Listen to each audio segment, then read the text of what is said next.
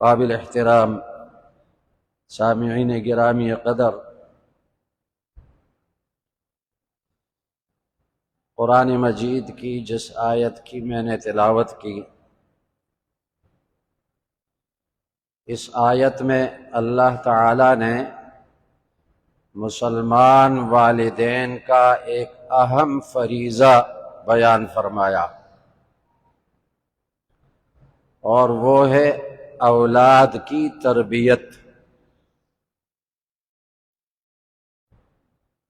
آیت کا ترجمہ: یا ایھا الذین آمنوا، اے ایمان والو، قوا انفسکم واہلیکم نارا، اپنی جانوں کو اور اپنے اہل و عیال کو دوزخ کی آگ سے بچاؤ۔ وقودها الناس والحجارہ، جس کا ایندھن لوگ اور پتھر ہوں گے۔ علیہا ملائکۃ غلاظ، اور اس پر فرشتے مقرر ہوں گے سخت مزاج والے، شداد قوت والے، لا یعصون اللہ ما امرہم، وہ اللہ کے حکم کی مخالفت نہیں کریں گے۔ وَيَفْعَلُونَ مَا يُؤْمَرُونَ، وہی کریں گے جس کا ان کو حکم دیا گیا۔ تو سب سے پہلے اللہ نے حکم دیا اپنی جانوں کو دوزخ کی آگ سے بچاؤ۔ اس کے بعد یہ حکم دیا اپنے اہل و عیال کو دوزخ کی آگ سے بچاؤ۔ اور دوزخ کی آگ کتنی خطرناک ہے، فرمایا وقودها الناس والحجارہ، یہ تمہاری دنیا کی آگ لکڑیوں سے جلتی ہے، گیس سے روشن ہوتی ہے، لیکن وہ جہنم کی آگ، اس کا ایندھن لوگ اور پتھر ہوں گے۔ پتھروں سے وہ آگ بھڑکے گی، اور جو کفار یا جو مسلمان مجرمین جہنم میں جائیں گے وہ جلیں گے اور ان سے وہ آگ بھڑکے گی۔ پتھر جلے اور پتھر سے آگ بنے اور پتھر انگارہ بن جائے، اس کی شدت کا ہم اندازہ نہیں لگا سکتے۔ پھر فرمایا کہ وہاں سزا دینے کے لیے ایسے فرشتے مقرر ہوں گے جن کے اندر دو صفتیں اللہ نے قرآن میں بیان فرمائی۔ پہلی صفت ہوگی غلاظ، سخت مزاج والے، نرمی ان کے اندر نہیں ہوگی تاکہ وہ کسی مجرم کے ساتھ نرمی کریں، سخت مزاج والے ہوں گے تاکہ خوب سزا دیں۔ اور دوسری صفت اللہ نے ذکر فرمائی شداد، طاقت والے، مضبوط جسم والے، وہ تھکیں گے نہیں، سزا دیتے دیتے تھکیں گے نہیں، سزا میں کمی نہیں ہوگی، ان کے اندر طاقت ہوگی۔ لا یعصون اللہ ما امرہم ویفعلون ما یؤمرون، وہ اللہ کے حکم کی مخالفت نہیں کریں گے۔ جو اللہ نے حکم دیا اس بندے کو سزا دو، لگے رہیں گے اس کی سزا میں۔ اور ایک حدیث میں نبی کریم صلی اللہ علیہ وسلم نے اس آگ کے بارے میں، اس آگ کی حقیقت بتائی، دوزخ کی آگ کی۔ فرمایا نبی کریم صلی اللہ علیہ وسلم نے نارکم ہذہ جزء من 70 جزءا من نار جہنم، قالوا ان كانت لتكفي یا رسول اللہ، قال فضلت علیہا ب69 جزءا۔ نبی کریم صلی اللہ علیہ وسلم نے فرمایا یہ تمہاری دنیا کی آگ جہنم کی آگ کا 70واں حصہ ہے، 70واں حصہ۔ صحابہ نے عرض کیا یا رسول اللہ یہ دنیا کی آگ ہی بھی تو جلانے کے لیے کافی تھی، دنیا کی آگ بھی جلانے کے لیے کافی تھی۔ نبی کریم صلی اللہ علیہ وسلم نے فرمایا کہ 69 حصے وہ جہنم کی آگ اس دنیا کی آگ سے زیادہ گرم ہے۔ اب دنیا کی آگ تو جہنم کی آگ کا 70واں حصہ ہے. اگر کسی شخص کا بچہ اس کی انگلی دنیا کی آگ میں جل جائے، والدین کی رات کی نیند اڑ جاتی ہے، والدین کو نیند نہیں آتی، بے چین ہوتے ہیں، پریشان ہوتے ہیں. بچے کی انگلی جل گئی اس دنیا کی آگ میں جو معمولی آگ ہے. اور اگر اس بچے کی تربیت نہیں کی، خدا نہ خواستہ، اور وہ جہنم میں چلا گیا، اور وہ آگ جہنم کی 69 حصے دنیا کی آگ سے زیادہ گرم ہے، وہاں جب اس کا بچہ سر سے پیروں تک پورا جسم اس کا جلتا رہے گا تو والدین کیسے برداشت کریں گے؟ اور جب والدین نے بچوں کی تربیت نہیں کی تو خود بھی مجرم ہو گئے. جو فرض تھا ان پہ وہ ادا نہیں کیا، خود بھی اس جہنم کی آگ میں جلتے رہیں گے. اب یہاں دو چیزیں ہیں اور عام طور پر ہم ان میں فرق نہیں کر پاتے. ایک ہے تربیت اور ایک ہے پرورش. آج کے دور میں والدین یہ سمجھتے ہیں کہ اولاد کی تربیت بس یہ ہے ان کے لیے کھانے پینے کا انتظام کیا جائے، ان کے لیے لباس کا انتظام کیا جائے، ان کے لیے راحت کا انتظام کیا جائے، ان کے لیے مکان کا انتظام کیا جائے. اس کو تربیت سمجھتے ہیں. یہ تربیت نہیں، یہ پرورش ہے. اور یہ پرورش کی ذمہ داری رب نے لی ہے. رب کا معنی کیا ہے؟ پالنے والا. رب کا معنی پالنے والا، پرورش کرنے والا، پروردگار. پروردگار تو اللہ کی ذات ہے، پرورش وہ کرتا ہے.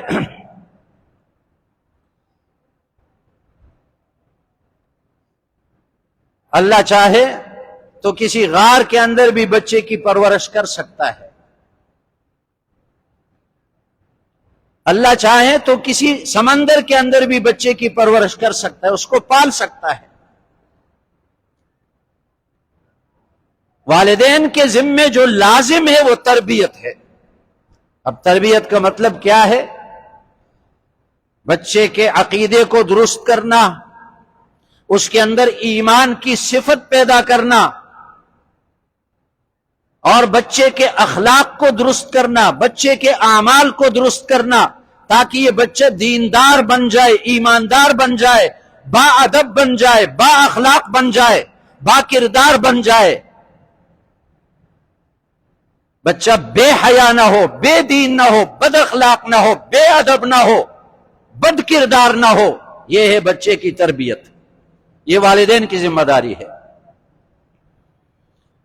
اور یہ تربیت کب سے شروع ہوتی ہے؟ پیدا ہونے کے بعد نہیں، یا شعور سنبھالنے کے بعد نہیں. یہ تربیت شروع ہوتی ہے اس وقت سے جب کہ بچہ ماں کے پیٹ میں ہو.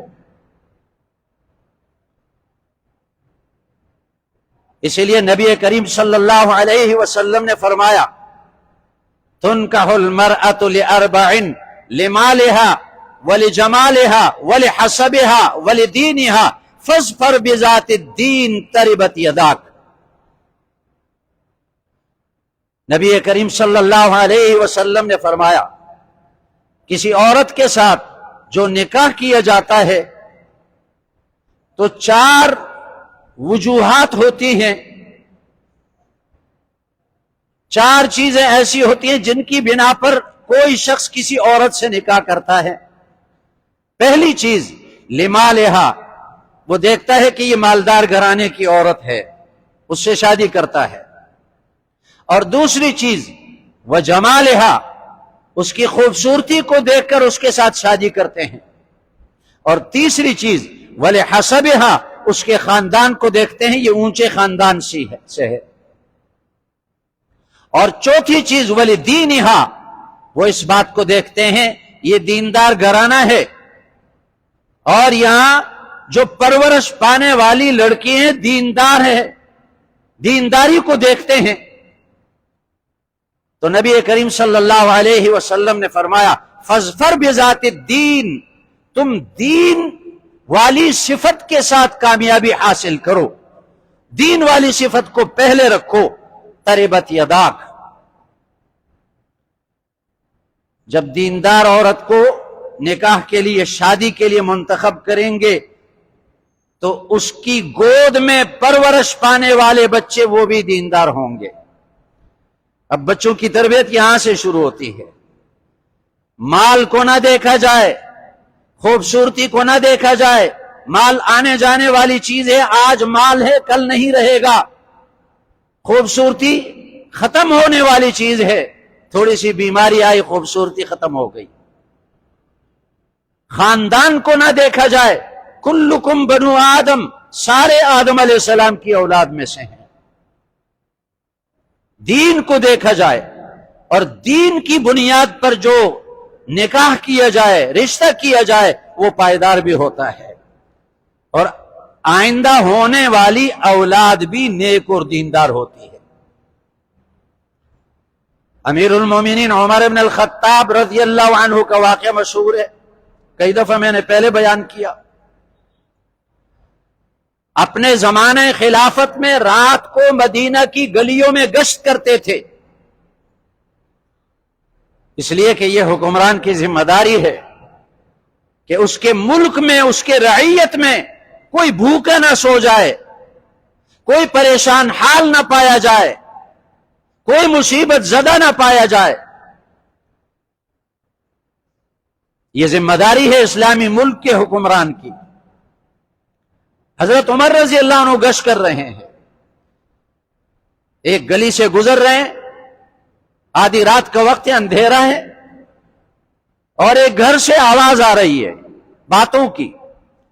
حضرت عمر رضی اللہ عنہ نے وہ باتیں سنی۔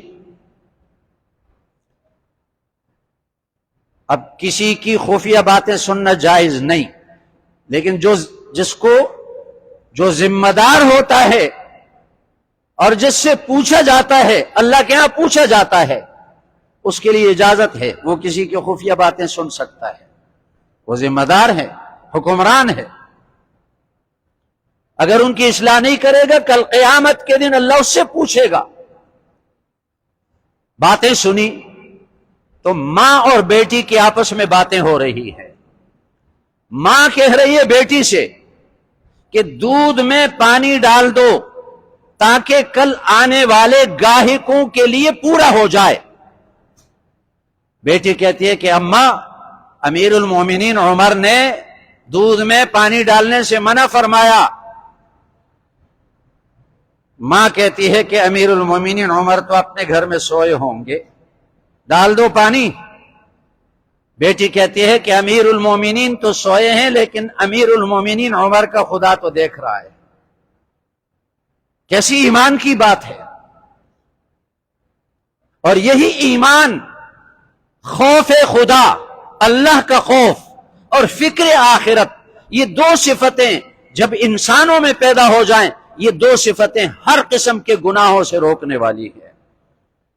اللہ کا خوف دل میں آ جائے اور آخرت کی فکر پیدا ہو جائے کہ قیامت کے دن سارا کچا چھٹا سب سامنے آ جائے گا اور مجھے جواب دینا پڑے گا، مجھ سے پوچھا جائے گا۔ حضرت عمر رضی اللہ عنہ کو یہ بات بہت پسند آئی۔ ایمان والوں کو ایمان کی باتیں پسند آتی ہیں، یہ بات پسند آئی، یہ لڑکی بہت دیندار ہے، اس کے دل میں اللہ کا خوف ہے، ایمان والی ہے۔ تو جب اپنے گھر چلے گئے، اپنے شہزادے سے فرمایا، یہ 22 لاکھ مربع میل کے حکمران ہیں، ان کے بیٹے کے لیے، شہزادے کے لیے رشتوں کی کوئی کمی نہیں ہے۔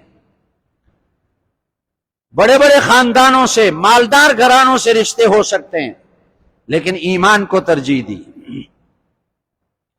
اپنے شہزادے سے فرمایا، اگر تم نے شادی کرنی ہے تو فلاں غریب گھرانے کی لڑکی دیندار ہے، اس سے شادی کرو۔ بیٹا بھی راضی ہو گیا اور شادی ہو گئی۔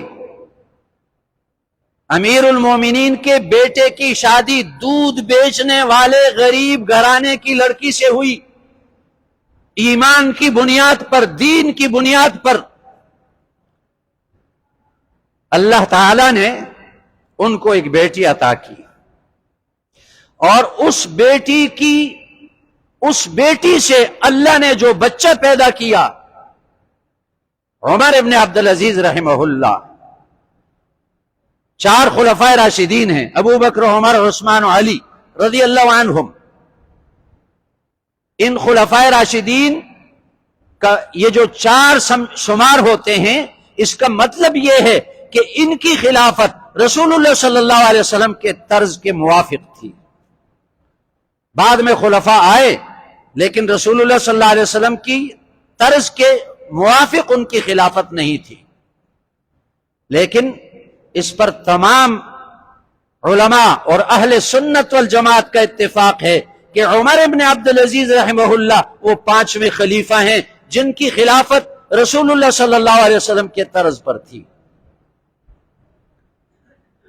اور ان کی خلافت کے واقعات آتے ہیں کہ ان کے زمانے خلافت میں جنگل میں بھیڑیے بکریوں کے ساتھ چلتے پھرتے تھے۔ مجال کیا ہے کوئی بھیڑیا کسی بکری کو کھا لے؟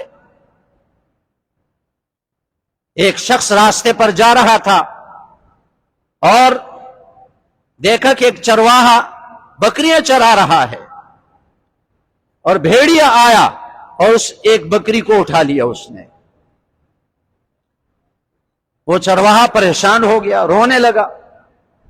اس شخص نے سمجھایا کہ رونے کی کیا بات ہے، غمگین ہونے کی کیا بات ہے، جنگل میں بھیڑیے ہوتے ہیں، بکریاں اٹھا لیتے ہیں، یہ تو معمول کی بات ہے۔ بکریوں کے مالک سے کہو بھیڑیا آیا بکری اٹھا کر لے گیا۔ اس نے کہا میں بکری پر نہیں رو رہا، بکریاں تو جاتی رہتی ہیں، میں رو رہا ہوں اس بات پر کہ مجھے لگتا ہے کہ امیر المومنین عمر ابن عبدالعزیز رحمہ اللہ کا انتقال ہو گیا ہے، جس کا اثر جنگل کے بھیڑیوں پر بھی پڑ گیا۔ جب تک وہ زندہ تھا مجال کیا ہے کوئی بھیڑیا آئے اور بکری اٹھا لے؟ ایسی عدالت تھی ان کی حکومت میں۔ تو یہ خلیفہ راشد عمر ابن عبدالعزیز رحمہ اللہ اتنی اونچی شان والے، اس کی بنیاد کیا تھی؟ وہ ایماندار لڑکی، وہ دودھ بیچنے والی ایماندار لڑکی۔ تو اولاد کی تربیت کا پہلا مرحلہ یہ ہوتا ہے کہ نکاح کیا جائے دیندار گھرانے سے، تاکہ اس کی گود میں پرورش پانے والی اولاد وہ دیندار ہو۔ امیر المومنین حضرت عمر رضی اللہ تعالیٰ عنہ کے پاس ایک چرواہا آیا۔ اس چرواہے نے اپنے بیٹے کی شکایت کی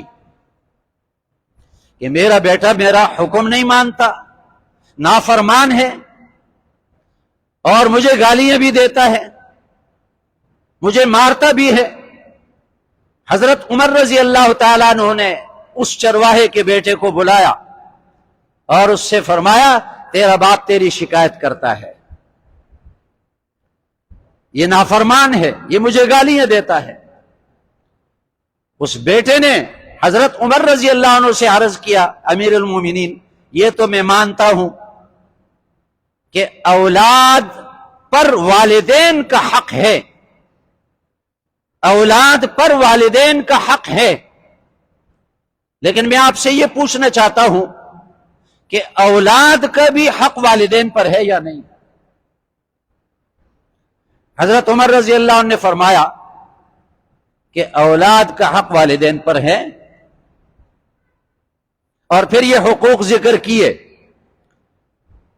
کہ سب سے پہلے ایک شخص اپنے ہونے والی اولاد کے لیے دیندار گھرانے کا انتخاب کرے، دیندار عورت سے شادی کرے،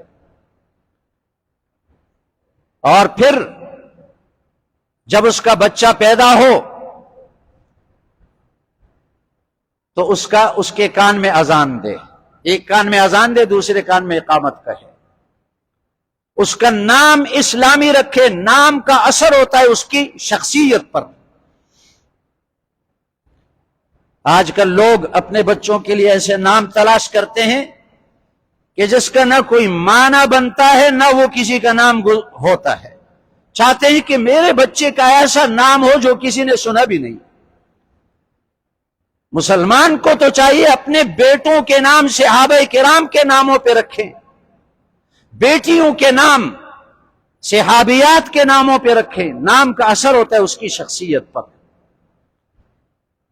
اور پھر جب بولنے پہ آئے اس کو کلمہ سکھایا ہے، 7 سال کی عمر پہ کو پہنچے اس کو نماز سکھائے، نماز اس سے پڑھوائے، 10 سال کی عمر کو پہنچے نماز نہ پڑھنے پر سزا دے، یہ حقوق بتائے۔ اس چرواہے کے بیٹے نے عرض کیا امیر المومنین میرے باپ نے میرا کوئی حق ادا نہیں کیا، میرے لیے جس ماں کا انتخاب کیا اس نے وہ ایک مجوسی شخص کے گھر میں پلنے والی لونڈی ہے۔ مجوسی آگ کی پوجا کرتے ہیں، آتش پرست کافر ہوتے ہیں، تو مجوسی کے گھر میں جس عورت نے تربیت پائی اس کو دین کا کیا پتا، ایسی ماں کا انتخاب کیا۔ اور جب میں پیدا ہوا تو میرا نام اس نے رکھا جعل۔ جعل اس کیڑے کو کہتے ہیں جو دن بھر گوبر میں پھرتا ہے اور گولے بناتا ہے، جعل، گندا نام رکھا تو اس کا اثر تو گندا پڑے گا۔ اور پھر میں نے ماں باپ کو لڑتے ہوئے دیکھا، میں چھوٹا بچہ تھا، لڑتے ہوئے ان کو دیکھا، فحش باتیں کرتے ہوئے ان کو دیکھا، ایک دوسرے کو گالیاں دیتے ہوئے سنا۔ میں نے وہ سب کچھ جو منظر ان کا تھا وہ میری آنکھوں میں آیا اور دماغ میں پڑ گیا، جو آوازیں ان سے میں نے سنی کانوں میں پڑ گئی، دماغ کے اندر پڑی ہوئی ہیں۔ بچے کے اندر اللہ نے عقل پیدا کی ہے لیکن ابھی وہ اپنی عقل استعمال نہیں کر سکتا، وہ اپنے بچپن میں جو بات سنے اس کے دماغ میں نقش ہو جاتی ہے، وہ اپنے بچپن میں جو شکل دیکھے اپنی آنکھوں سے دماغ میں وہ شکل نقش ہو جاتی ہے۔ ہم سمجھتے ہیں بچہ کچھ بھی نہیں سمجھتا، وہ سمجھتا ہے، وہ بچپن کی بات بچپن تک اس کو یاد رہتی ہے۔ تو ان کو لڑتے ہوئے دیکھا تو میں نے لڑائی سیکھی ان سے، ان کو گالیاں دیتے ہوئے سنا، وہ گالیاں میں نے سنی، تو میں بڑا ہوا اور مجھے ڈنڈا پکڑا کر مجھے بکریاں چرانے کے لیے بھیجا۔ حضرت عمر رضی اللہ عنہ نے اس چرواہے کے بیٹے کی زبان سے اس کے حالات سنے، رو پڑے، آنکھوں سے آنسو جاری ہوئے، اور اس چرواہے سے فرمایا اگر تو نے اپنے بچے اپنے بیٹے کے حقوق ادا کیے ہوتے آج یہ تیرا حق ادا کرتا، تو نے اس کے حقوق ادا نہیں کیے، اب اس سے شکایت کرنے کی تجھے اجازت نہیں ہے، گنجائش نہیں ہے۔ اور اگر غور سے دیکھا جائے تو بچے کا حق والدین پر پہلے فرض ہوتا ہے اور والدین کا حق بچے پر بعد میں فرض ہوتا ہے، جب بچہ بڑا ہو جائے تب والدین کا حق ہے، لیکن ابتدا میں اس کی پیدائش سے لے کر اس کے شعور حاصل کرنے تک 7 سال 10 سال تک بلوغ تک اس بچے کا حق والدین پر ہے کہ والدین اس کی تربیت کریں۔